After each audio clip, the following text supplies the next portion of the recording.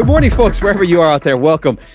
You are listening to the Charge Live podcast. I am Joseph Barletta, and this is where we discuss EVs and all things EV charging. So glad you could pull over and park with us today. So let's get plugged in.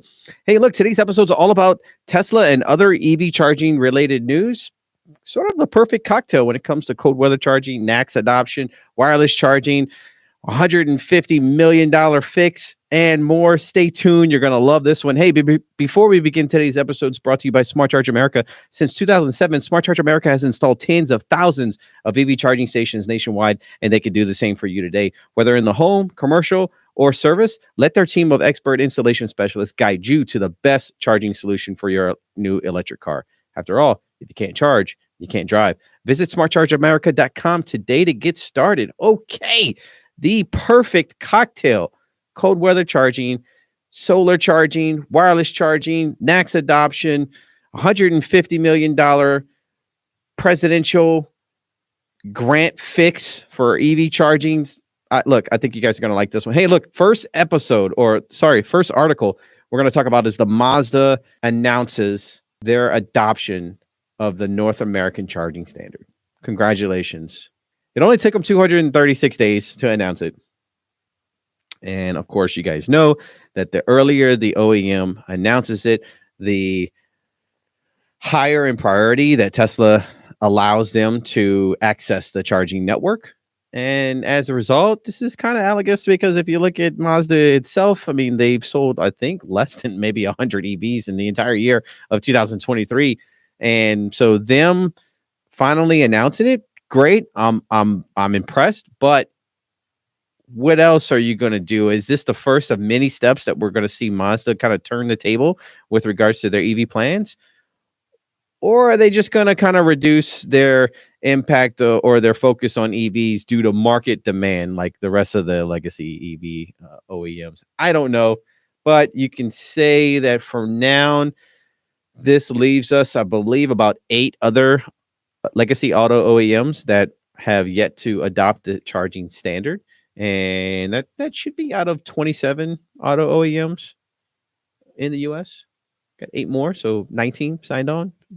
Maybe I'm wrong, give or take that number, but we'll see. Second article deals with Tesla owner builds his own deployable solar roof for Model Y. I really like this one, ladies and gentlemen.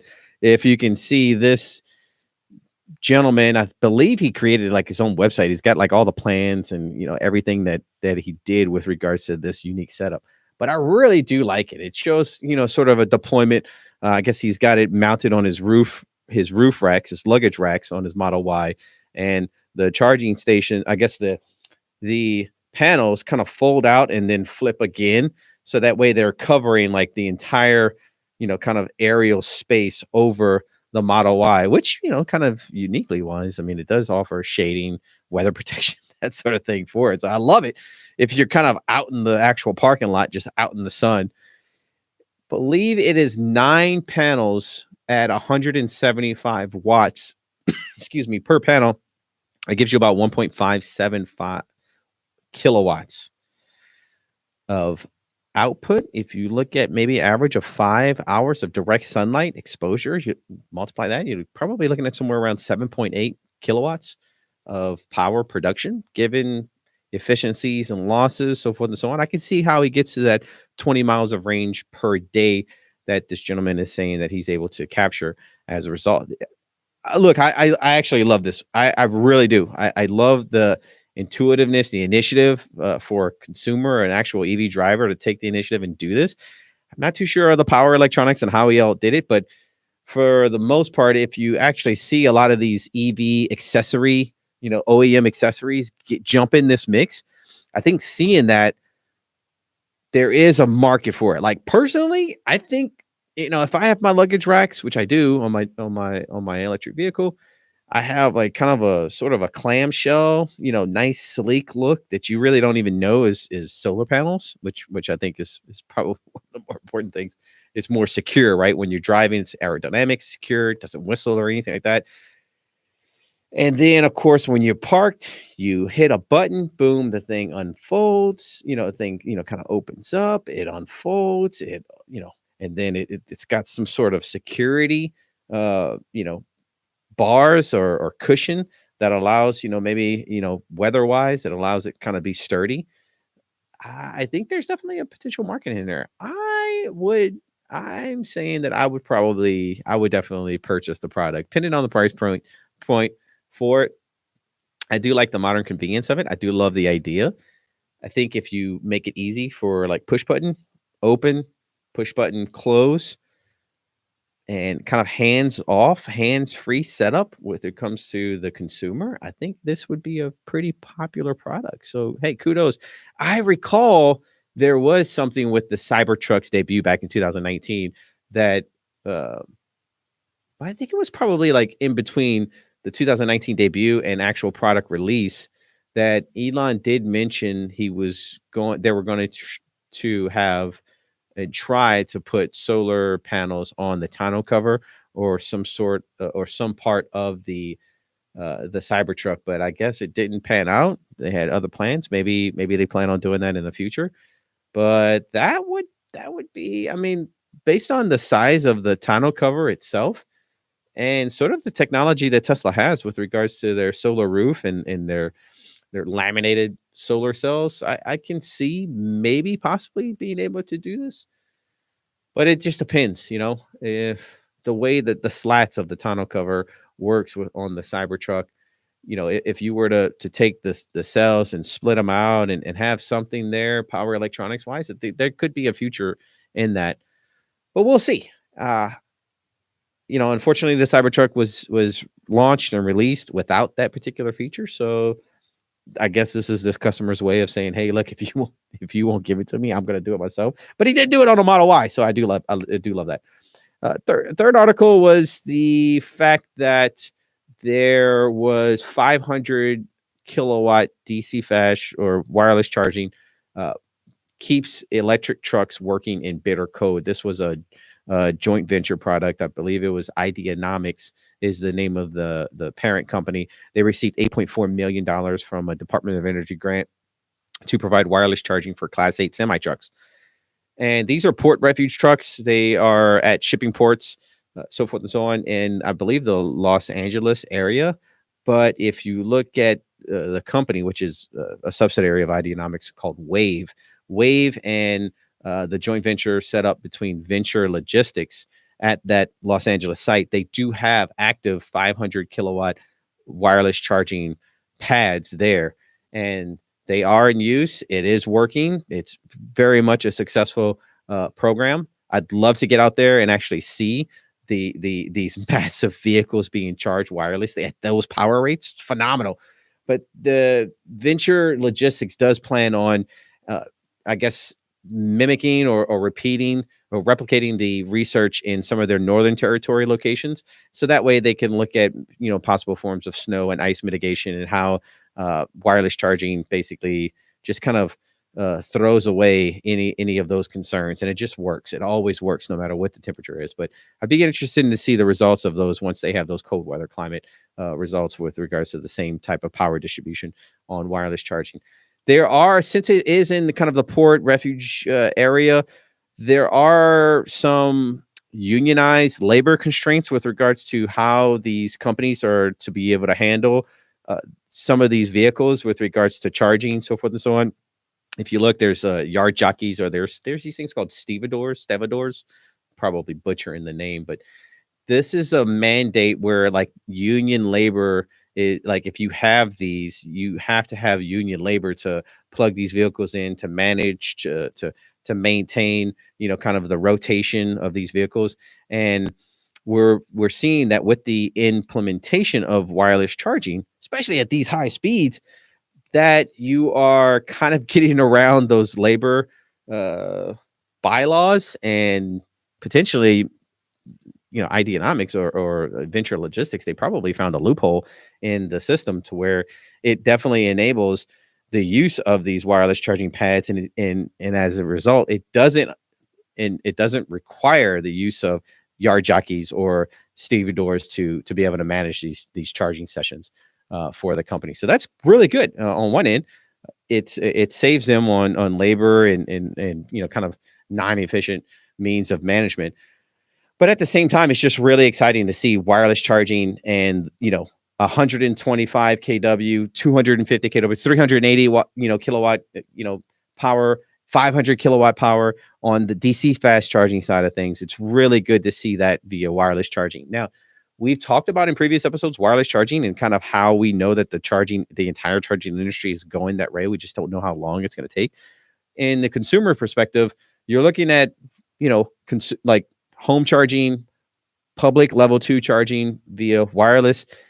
It will be about maybe 2 to 3 times. Right now, that's the cost of getting that convenient charging, is about 2 to 3 times the cost of a normal plug-in, cabled charger. So what we're seeing is that until the OEMs get on board and are able to actually, uh, manufacture these EVs with the wireless charging pads, the receiving pads on, like inside the vehicle, you're always going to have, kind of a bottleneck or constraint with regards to the deployment of these wireless charging systems until we get the cost and the weight reduction and the OEMs on board to include these receiving pads inside the vehicle itself. Until that happens, yes, we'll be, 2-3 times more expensive on the charging deployment side of things when it comes to the consumer, business to consumer type of relationship on the home and the public level 2 charging. However, it is important that we always stress that there are virtually no power limits when it comes to wireless charging. There's just a cost that's involved. So what we're seeing at $8.4 million, that's almost an order of magnitude from where, or maybe several orders of magnitude for where regular plug-in DC fast charging exists right now when it comes to price per port, depending on the number of stations per site, all of that good stuff. So I'm super stoked on this because it does open people's eyes and it brings the awareness to the industry that wireless charging has the power capability of it, but that cost has to drop down. So on the consumer side, home, public level 2 charging, probably looking at 2, 3, maybe 3 times the rate at which the charging devices are available right now. And then of course, on the industrial side of things, the DC fast charging side of things, that high power profile, 125, 250, 380, 500 kilowatt output, it exists. It's just a little bit more expensive than the industry is able to afford, which is why the Department of Energy is having to put forth grant funding, so forth and so on, just to make sure that people understand the technology is already here. It's there. It just has to come down. And I think if you see these successful projects like this, you'll start to see the Volvos and Mercedes, the Mack trucks, and some of these large, Peterbilt, some of these large, Class 8 semi truck manufacturers that are manufacturing these semi truck EVs. I think you're going to start seeing them because of the weight. They're just going to include those charging pads inside, and if they do, and that charging technology is able to drop it with reductions in price, I think you're going to see some substantial growth in this particular sector. So keep an eye out on this particular part. Guys, go ahead and click the thumbs up icon below if you can, please. Help it. It helps us out on the YouTube algorithm, so forth and so on. We don't have a marketing budget here. It's just me and various other guests, just yapping away on all things EV charging. So anything that you guys can do to share, comment, like, subscribe, and click that thumbs up icon definitely helps the algorithm. Definitely helps us get our message out more and more when it comes to all things EV charging. And hey, look, congratulations, we got koozies. Forgot to announce this the other day, but it took me 17 years for Smart Charge America to get koozies. So if you want to participate as an audience member and ask us some questions, we'd love to send you some little swag bag from Smart Charge America. We love you guys. Thank you so much. All right. Article number 4 talks and describes Tesla cold, dead Tesla cars pile up at Chicago superchargers in extreme cold. If you look at this article, curb your enthusiasm.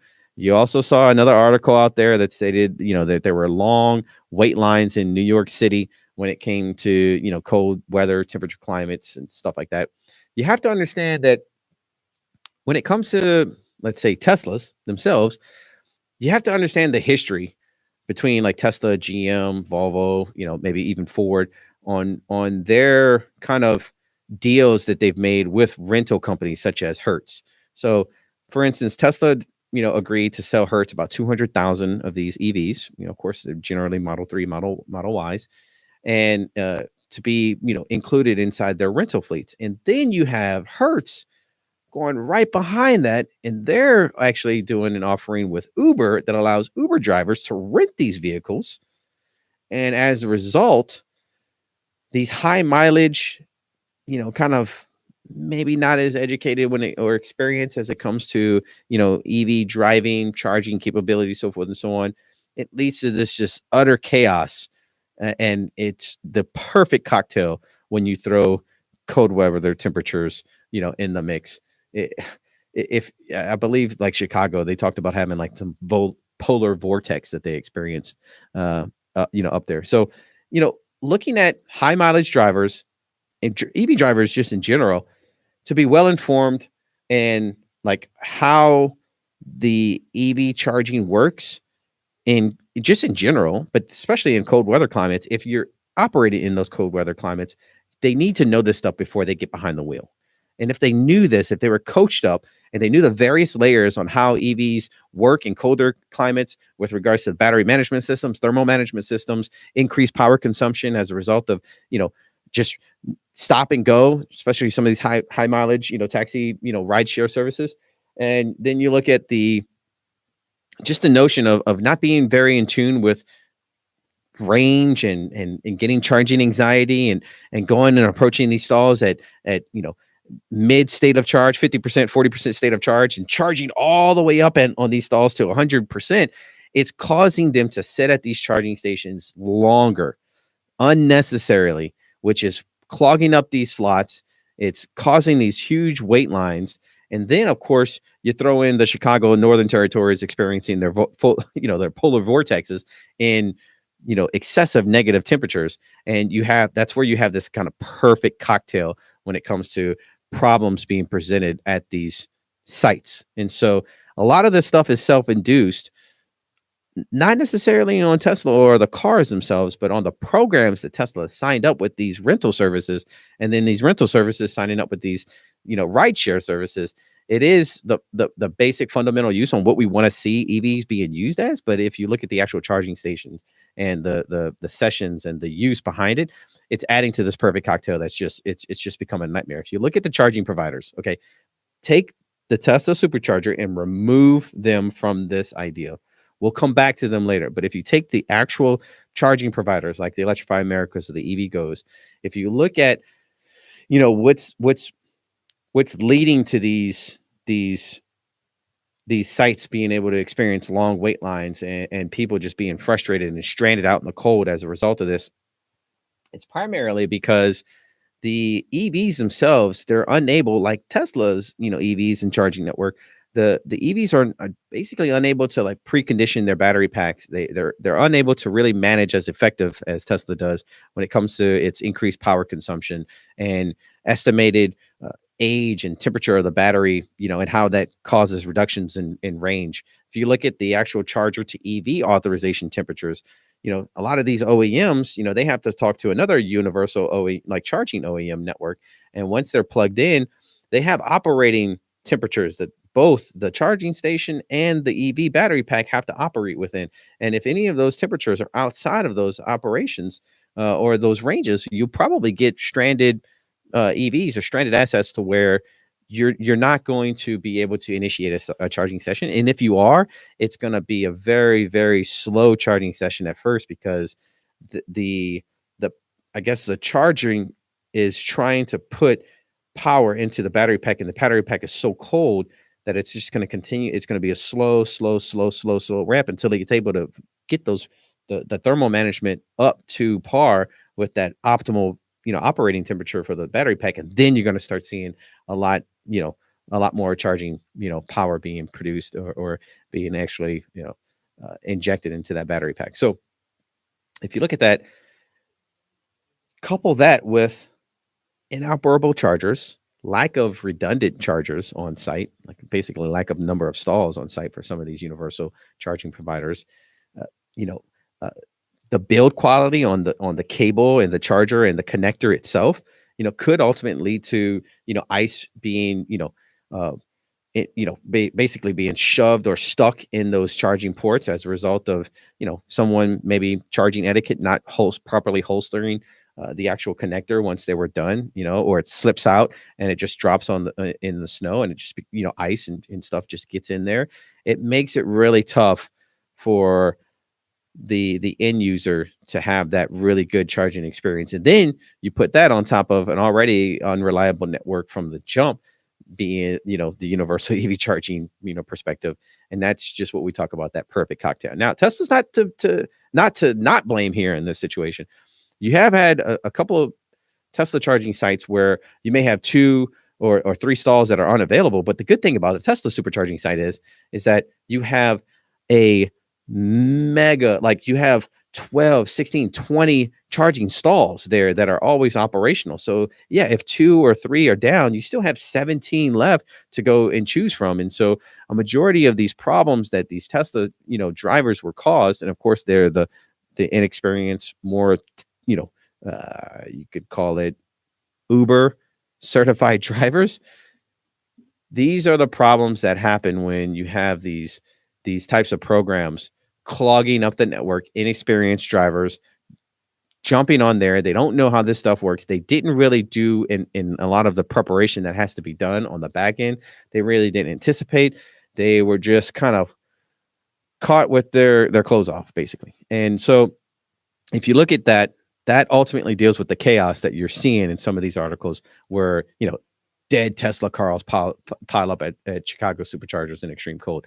It's the fact that the people that are driving these, they really don't understand the different layers and the kind of restricted use that you're supposed to treat these EVs in that. So, all being said, definitely if you're going to be a high mileage driver, or if you're going to be driving in those colder weather temperature climates, even the warmer temperature climates, if you're going to experience hardships with things like charging networks, especially the DC fast charging networks, always have a backup plan. Always look at maybe maximizing the amount of home charging that you're doing. Look for those, public available workplace or level 2 charging stations. Always have a backup plan to where if your site is clogged up there, you're able to go and at least get a trickle charge, get some electrons being put into that battery pack. And so I hope this kind of helps delineate a little bit of news on that particular article. Our last article talks about the U.S. to spend nearly $150 million to fix broken charging ports. Oh my God. I can't tell you enough on how when you see this, I just keep shaking my head with regards to, this article talks about $148.8 million that President Biden has signed into effect for 24 recipients in 20 states to fix 4,500 ports. And so what we know and what we can, kind of assume, and I don't want to assume or speculate, but these are mainly in more rural areas. And the standard uptime that we're seeing across the board when it comes to these universal charging station, in these universal charging providers is about 60%. And so with regards to the government injecting the NEVI funds, which are, the funds that are being disseminated amongst each state from the federal Department of Transportation in the amount of $7.5 billion for that infrastructure flowing into the states. If you receive those federal funds to be able to erect and operate your charging site as a charging provider, you're held to certain standards. And one of those standards is maintaining the site operability to ensure 97% uptime. So if you think that the federal government is going to initiate $150 million for repairability of certain sites right now that are inoperable, 4,500 sites, 148.8, I believe that's like somewhere around like $33,000 per port for these station sites. I mean, that's just for replacement parts. But technically, sometimes you can buy these charging stations at that price point, if not less. And so you might just rip and replace, older and, I guess stranded charging stations that are kind of planned obsolescence. They're inoperable. They're discontinued by the manufacturer. And so, yeah, they wouldn't have any replacement parts that are within the supply chain that are being held, especially if they're discontinued. So what we're seeing is that This program, absolutely, what we're speculating is that it will come with terms and conditions that the federal government would the same terms and conditions the federal government's having for the NEVI funds that are being deployed for maintaining 97% uptimes. I believe that the federal government's going to give that charging provider, these 24 recipients, these funds to get these stations back up and running. It's going to come with terms and conditions where they may have to abide by 97% uptimes from that point on. And if not, the federal government should be able to come back in and claw back that money, penalties, fines, so forth and so on, in non-compliance thereof. So if you just look at in general, remember, this is non-Tesla network, charging network. If you look at the universal charging, EV charging network, they're still basically doing it exactly like the legacy auto manufacturers are doing it with regards to the tiered supplier assembly model, when it comes to these charging stations. And so in order for the industry really to be exactly where Tesla is, I think that the industry needs to move for full integration and making sure that not only are their charging stations connected, but they're connected to the APIs that are consistently updated with regards to the infotainment or the EV driver dashboard, to make sure that before the driver approaches that supercharging site, one, they know exactly how many superchargers there are. They know exactly how many are operational and are available. They know the pricing. They know all of this ahead of time, and it can actually sequence the actual EV itself to precondition the batteries, much like it happens with, in the Tesla universe. You can precondition those batteries to where the battery management and the thermal management system, those batteries are at an optimal temperature, so that when that charging session is incurred, that you're getting the best charging curve, you're getting the best, kind of time spent for your charging efforts there.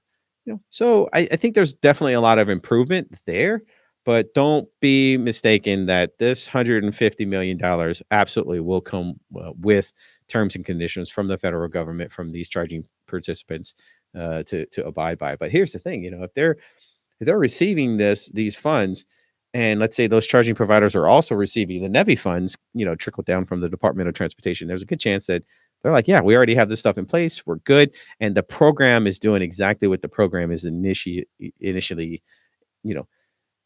brought out to do. The problem is that you're enabling systems where a charging provider should have already had this stuff in play. You're enabling bad behavior to continue by bailing this out. It's a symptom of the overall problem of these charging providers not being fully integrated in their offerings and fully connected with all the OEMs, consistently live software, hardware updates with regards to the station sites to the EVs. Once the industry can get that connection part solved, I think you're going to see the ability for these charging stations to maintain greater uptimes and less frustrations from the EV drivers planning their trips accordingly. I think you're going to really see some value in there. So, look, value conclusion, it's a pretty good week all in all with regards to EV charging stuff. I just definitely wanted to put it out there and give you some more deep layered understanding of some of these articles that we're seeing out in the wild. But yes, the industry still has a lot of work ahead of itself as we move into 2024. We ourselves have a lot of work to do. So definitely stay tuned on that for more. Again, thank you so much to our listeners and our subscribers today for your time today. I hope this episode has brought you just a little more value to your day. I know we're all better for it. I love you. And yes, we cannot do this episode and this without you. So please definitely know that I'm so appreciative of you guys joining us today. Sorry for the long-winded episode. We were shooting a previous episode and then basically power went out. Boom. And now we had to reset and do it all over again. So this is what you get. Go ahead and click the thumbs up icon, comment, share, subscribe below to our channel if you think we earned it. And look, thanks again for charging up with us today, folks. Keep in mind, you can always find us at smartchargeamerica.com. And remember, folks, if you can't charge, you can't drive. We'll see you next time. Cheers.